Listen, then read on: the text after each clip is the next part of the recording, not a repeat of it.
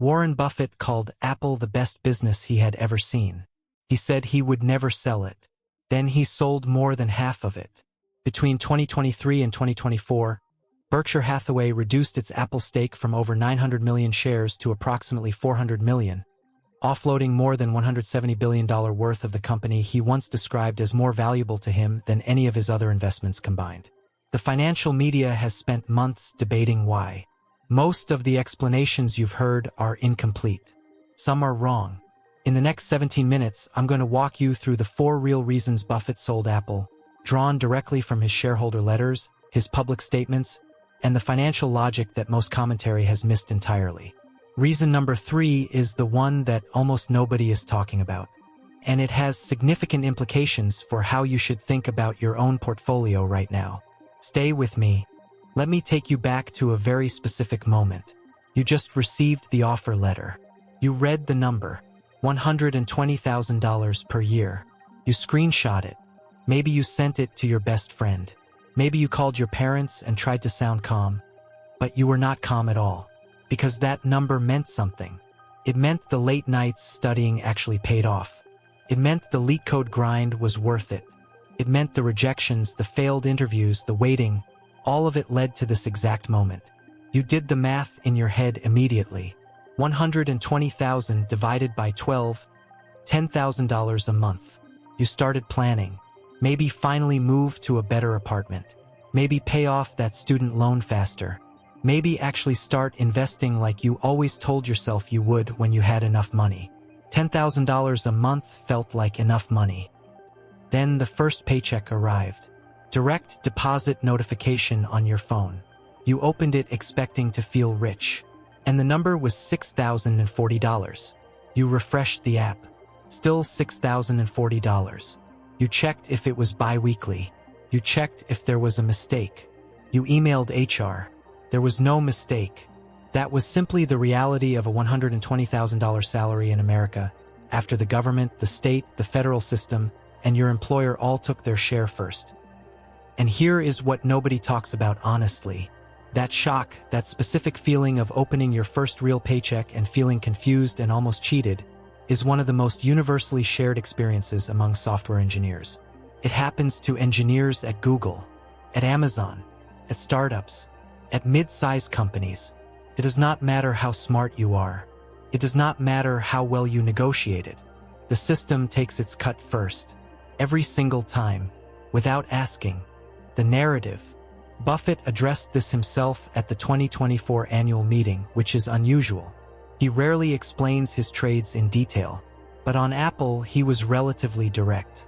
He said that given the current federal tax rate on capital gains of 21%, and his expectation that rates would likely be higher in the future given the US government's fiscal position, it made sense to recognize gains now rather than later. Berkshire's Apple position had an average cost basis estimated at roughly $35 per share. With Apple trading above $170 at the time of the major sales, that represented a gain of approximately 400%. The tax bill on realizing those gains was enormous, but Buffett suggested the future tax bill could be even larger. The real reason. This explanation is true, but it is incomplete as a standalone reason. Buffett has held positions with massive unrealized gains for decades without selling. See's Candies, Coca-Cola, American Express. He does not typically sell great businesses simply to lock in gains for tax reasons. Tax efficiency was a contributing factor. It was not the primary driver. The fact that he offered this explanation first suggests it was the most palatable reason to give publicly, not necessarily the most important reason driving the decision. The implication. When Buffett mentions taxes proactively, pay attention to what he's signaling about his view of future policy. He is rarely alarmed by short-term market volatility. A concern about rising capital gains tax rates is a longer-term structural view, one worth taking seriously in your own tax planning. Reason 2 is the portfolio management explanation, and it reveals something important about how Buffett thinks about concentration risk at Berkshire's current size. The narrative. At its peak, Apple represented approximately 49% of Berkshire's entire public equity portfolio. That is an extraordinary level of concentration, even by Buffett's standards, even in a business he loves. Berkshire manages money on behalf of shareholders, retirees, and insurance policyholders. At a certain scale of concentration, fiduciary prudence, not investment conviction, becomes the governing principle.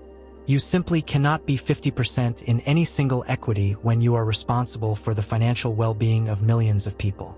The real reason. This explanation makes mechanical sense. But notice what Buffett did not do. He did not rebalance to, say, 35% or 30%. He went from approximately 49% to roughly 22% of the public equity portfolio. That is not rebalancing.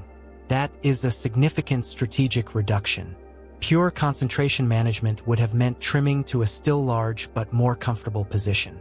The scale of the reduction suggests something beyond portfolio hygiene was at work, which is where reason 3 comes in. The implication. Even the greatest businesses should not dominate your portfolio beyond your ability to tolerate the downside.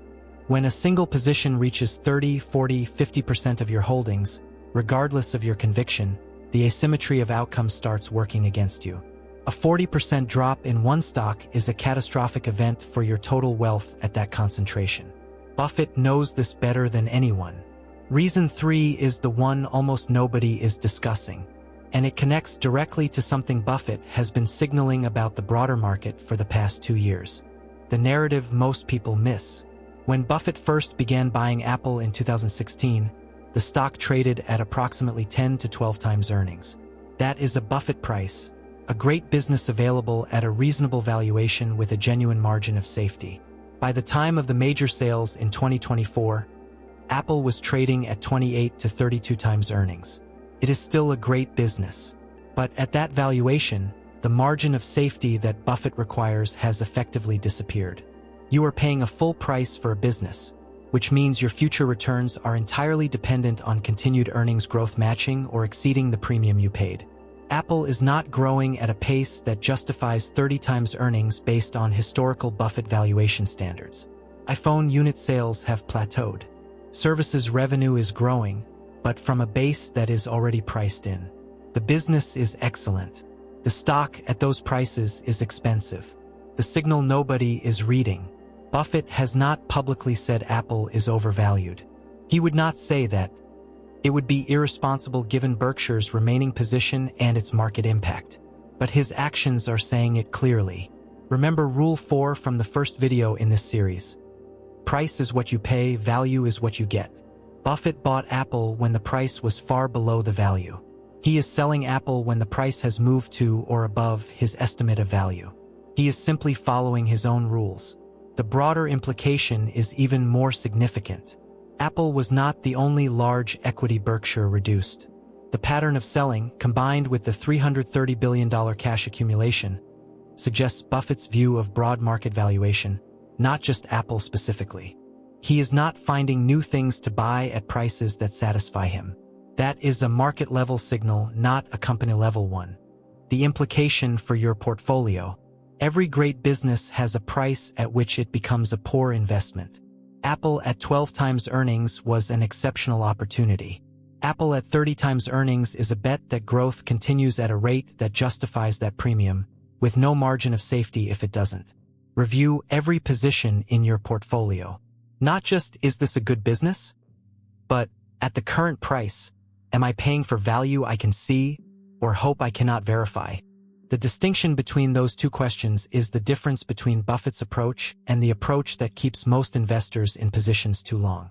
Reason 4 is the final piece, and it's the one that has the most direct implication for what you do with your own money in the next 12 months. The narrative. The proceeds from Berkshire's Apple sales did not go into other stocks. They went into cash, specifically short-term U.S. Treasury bills. By late 2024, Berkshire's cash and equivalents had grown to over $330 billion, a record that dwarfs any previous cash position in the company's history.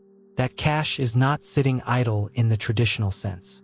At current short-term rates, $330 billion in Treasury bills generates approximately $16 to $18 billion in annual interest income. Buffett is being paid significantly to wait.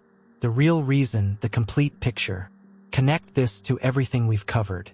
Buffett sold Apple because taxes made it advantageous to realize gains now, concentration had become imprudent at 50% of the portfolio, valuation had moved to levels that reduced his margin of safety, and, most importantly, the proceeds gave him the largest war chest in Berkshire's history at a moment when he sees few attractively priced opportunities.